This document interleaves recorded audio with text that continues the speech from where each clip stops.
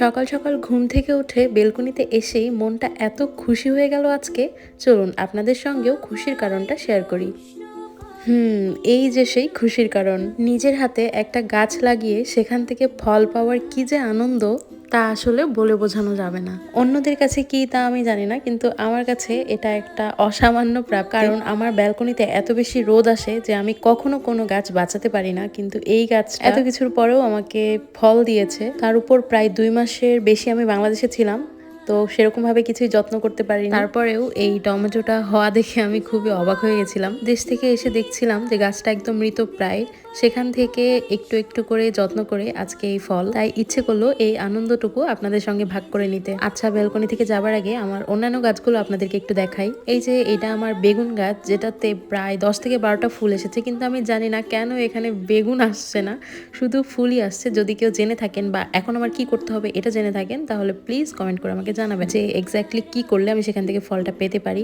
আচ্ছা, এটা হচ্ছে মিষ্টি কুমড়ার গাছ। আমি কিছু বীজ লাগিয়েছিলাম, সেখান থেকে হয়েছে। বাকি টমেটো আর বেগুনের গাছটা কিন্তু আমাকে 2টা আপু গিফট করেছিল এখানে। আর মরিচের গাছটার অবস্থা দেখেছেন, একদম মরে গেছে। আর এগুলো কিছু ফুলের গাছ, এগুলোও কিন্তু আমাকে বেশ কিছু ফুল দিয়েছে।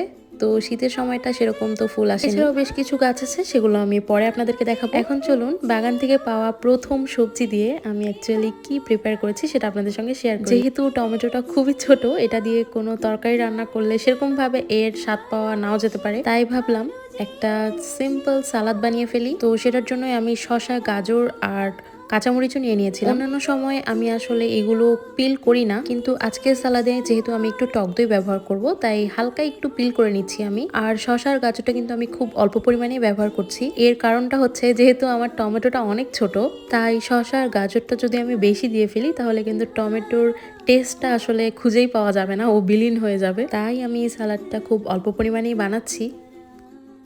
আমার বাসা কিন্তু উত্তরবঙ্গে, আর অনেকেই জেনে থাকবেন যে উত্তরবঙ্গে 90% পরিবারের ব্যাকগ্রাউন্ডই কিন্তু কৃষি থাকে, মানে তারা কোনো না কোনো ভাবে কৃষির সাথে সম্পৃক্ত। যদিও আমার বাবা জব হোল্ডার, তবে আমার দাদু এবং তার বাবা, মানে আমাদের পূর্বপুরুষ যারা ছিল, সবারই পেশা কিন্তু কৃষিকাজই ছিল।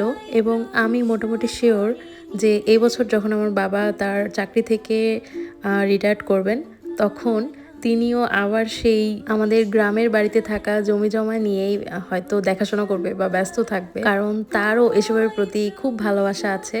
যাই হোক, ঠিক সেই কারণেই কিনা আমি জানি না, আমারও খুব গাছ ভালো লাগে। কিন্তু আগেই বললাম যে আমার ব্যালকনিতে এত বেশি রোদ আসে, আমি কোনো গাছই বাঁচাতে পারি না। এর আগে আমি বেশ কয়েকবার চেষ্টা করেছিলাম। একবার একটা মরিচের গাছ অবশ্য হয়েছিল, সেখান থেকে কিছু মরিচ পেয়েছিলাম। এছাড়া সেভাবে অন্য কোনো কিছু হয় নাই। তবে এই ফলটা বা সবজিটা আমার কাছে অনেক বেশি স্পেশাল, কারণ আমি আগেই বললাম যে এই গাছটাকে আমি সেভাবে যত্ন করতে পারিনি। অন্যান্য গাছগুলোকে এত বেশি যত্ন করেও বাঁচাতে পেরেছিলাম না, আর কোনো যত্ন ছাড়াই আমাকে ফল দিয়েছে, এই জন্য একটু বেশি স্পেশাল। তো এই তো গল্প করতে করতে আমার কিন্তু সবকিছু কাটা হয়ে গিয়েছে। সবকিছু বেশ অল্প অল্প নিয়েছি যাতে টমেটোর টেস্টটা বোঝা যায়, যেহেতু তাকে এনজয় করার জন্য এত বেশি আয়োজন। তো যাই হোক, আমি কাঁচা মরিচটা একটু অল্প পরিমাণে নিচ্ছি, কারণ আমি গোলমরিচ ব্যবহার করব।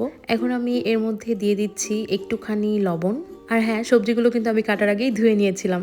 তো লবণের পরে আমি এর মধ্যে ব্যবহার করছি একটু গোলমরিচ গুঁড়ো। একটুখানি গোলমরিচ আমি এখানে ক্র্যাশ করে দিয়ে দিচ্ছি। খুবই সিম্পল ভাবে আমি এটাকে বানাচ্ছি। হয়তো অনেকেই এভাবে খান, কারা কারা এভাবে সালাদ তৈরি করে খান আমাকে কিন্তু জানাতে ভুলবেন না। তো গোলমরিচ দেওয়া শেষ, এখন আমি এখানে সবশেষে ব্যবহার করছি লো ফ্যাট ইয়োগার্ট, মানে একটু টক দই। এবার আর তেমন কোনো কাজ নেই, এখন শুধু মিক্সিং। এই সালাদটা কিন্তু খেতে অনেক বেশি মজা হয়। যদি আপনারা ইয়োগার্ট দিয়ে সালাদ ট্রাই না করে থাকেন তাহলে একবার করে দেখতে পারেন, বেশ ভালো লাগে খেতে। এই যে আপনাদের সঙ্গে গল্প করতে করতে লেবু দিতেই ভুলে গেছি, তো একটু লেবু রস দিয়ে দিলাম। সালাদটা বানানো প্রায় শেষের দিকে, এখন এটাকে খাওয়ার পালা। খুবই সাধারণ একটা ভিডিও আজকে, তারপরেও যারা ধৈর্য নিয়ে দেখেছেন এতক্ষণ ভিডিওর সাথে থাকার জন্য ধন্যবাদ। যদি ভালো লেগে থাকে আর অন্যান্য ভিডিওগুলো দেখতে চান তাহলে subscribe my channel and follow my page. By.